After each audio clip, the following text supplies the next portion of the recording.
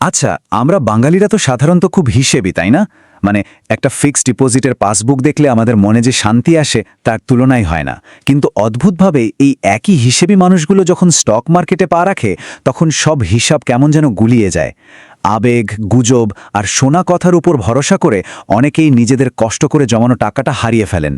তো আজ আমরা ঠিক এটাই বোঝার চেষ্টা করব যে এমনটা কেন হয়। আর এটাই কিন্তু আসল প্রশ্ন।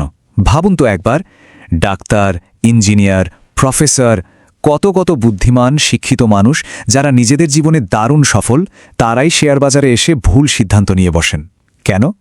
এর পেছনে কি শুধু ভাগ্য দায়ী, নাকি গল্পটা আসলে অন্য কিছু? এই ছবিটা দেখুন। এখানে 10 বছরে দুটো আলাদা পথের ফলাফল দেখানো হয়েছে।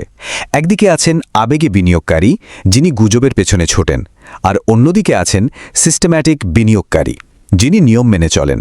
তফাৎটা তো একদম পরিষ্কার, তাই না? একজন যেখানে সামান্য কিছু রিটার্ন পেয়েছেন, অন্যজন সেখানে বিশাল একটা সম্পদ তৈরি করেছেন। এই যে দুজনের রিটার্নের মধ্যে বিশাল একটা ফারাক, একেই বলে আবেগের ট্যাক্স। না, এটা কোনো সরকারি ট্যাক্স নয়। এটা হলো নিজের আবেগের বশে ভুল সিদ্ধান্ত নেওয়ার জন্য দেওয়া মাশুল। সিস্টেম না মেনে চলার জন্য যে লাভটা করা গেল না, সেটাই হলো এই অদৃশ্য ট্যাক্স। তাহলে চলুন প্রথমে একটু কাটাছেঁড়া করে দেখি এই লোকসানগুলো ঠিক কী কারণে হয়। আর শুরুতেই আসবে সেই মারাত্মক জিনিসটা, যাকে আমরা বলি হট টিপ। এই কথাটা কি খুব চেনা লাগছে?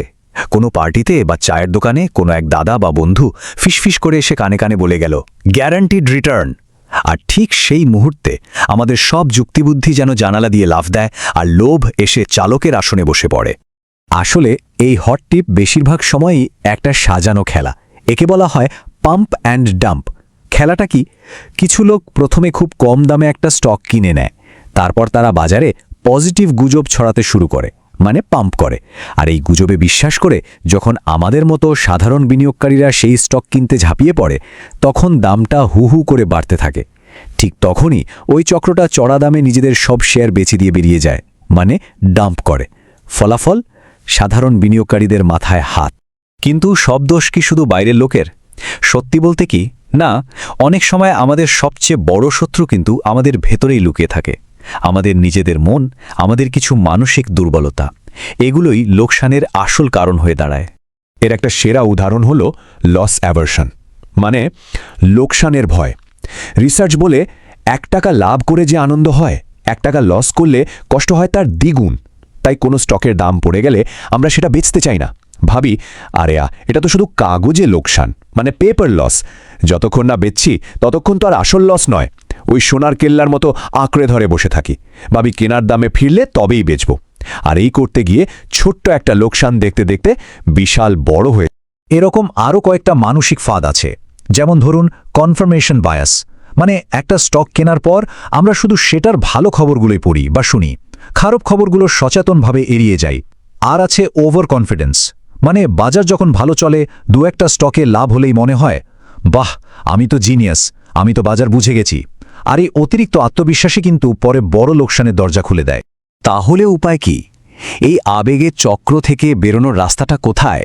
যদি আবেগ আর অনুমান আমাদের শত্রু হয়, তাহলে আমাদের বন্ধু কে হতে পারে? উত্তরটা খুব সহজ, ডেটা আর একটা সিস্টেম। চলুন এবার দেখি অনুমানের খেলা ছেড়ে একটা প্রমাণিত পদ্ধতির ওপর কিভাবে ভরসা করা যায়। ডেটা ভিত্তিক বিনিয়োগ মানে কিন্তু রকেট সায়েন্স না। এর সহজ মানে হলো এটা মেনে নেওয়া যে কাল বাজার উপরে যাবে না নিচে যাবে সেটা আমি জানি না, আর আমার মামাও জানেন না। তাই অনুমানের উপর ভরসা না করে অতীতে যা কাজ করেছে, যা প্রমাণিত, সেই নিয়ম মেনে ঠান্ডা মাথায় বিনিয়োগ করা।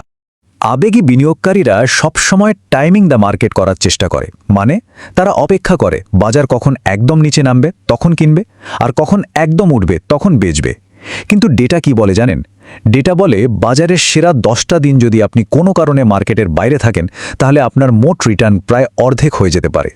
তাই আসল কৌশলটা টাইমিং দ্য মার্কেট নয়, আসল কৌশল হলো টাইম ইন দ্য মার্কেট, মানে বাজারের সব উত্থান পতনের মধ্যে দিয়ে লেগে থাকা।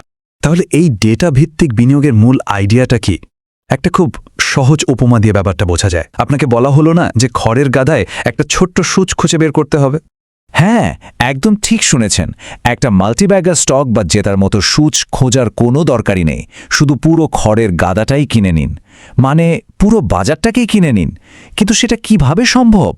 এর সবচেয়ে সহজ আর কার্যকরী উপায় হলো ইন্ডেক্স ফান্ডে এসআইপি বা সিপ করা। যখন আপনি নিফটি 50-র মতো কোনো ইন্ডেক্স ফান্ডে প্রতি মাসে একটা নির্দিষ্ট পরিমাণ টাকা লাগান, আপনি আসলে একবারে দেশের সেরা 50টা কোম্পানিতে বিনিয়োগ করছেন। বাজার উঠুক বা নামুক, আপনার বিনিয়োগ কিন্তু নিয়মমতো চলতেই থাকে। ফলে আবেগের বশে হুট করে কেনা বা বেচার কোনো সুযোগই থাকে না। আপনি আসলে পুরো খড়ের গাদাটাই কিনে নিচ্ছেন। আর এই পদ্ধতিটা মেনে চলার মানে শুধু বিনিয়োগের কৌশল বদলানো নয়, এটা নিজের পরিচয়টাকেই বদলে ফেলা। একজন নার্ভাস, সবসময় টিপস খুঁজে বেড়ানো জুয়ারির মতো বিনিয়োগকারী থেকে একজন শান্ত, সিস্টেম নির্ভর, ঠান্ডা মাথার সম্পদ নির্মাতা হয়ে ওঠা। পরের বার যখন কোনো আড্ডায় কেউ আপনাকে একটা হট টিপ দিতে আসবে, তখন আপনি হাসি মুখে বলতে পারবেন, ধন্যবাদ দাদা, কিন্তু আমার একটা সিস্টেম আছে। আমার আবেগ ওটা আমি ফুটবল আর কবিতার জন্য জমিয়ে রেখেছি। আমার টাকাটা ডেটা দিয়ে চলে। শেষ করার আগে এই প্রশ্নটা নিজেকে একবার করতে হবে, আপনার কষ্ট করে জমানো টাকা সেটা কি ক্ষণিকের আবেগ, গুজব আর অনুমানের ওপর নির্ভর করে আছে, নাকি একটা ঠান্ডা মাথার ডেটা ভিত্তিক সিস্টেমের ওপর? উত্তরটাই কিন্তু আপনার আর্থিক ভবিষ্যৎটা ঠিক করে দেবে।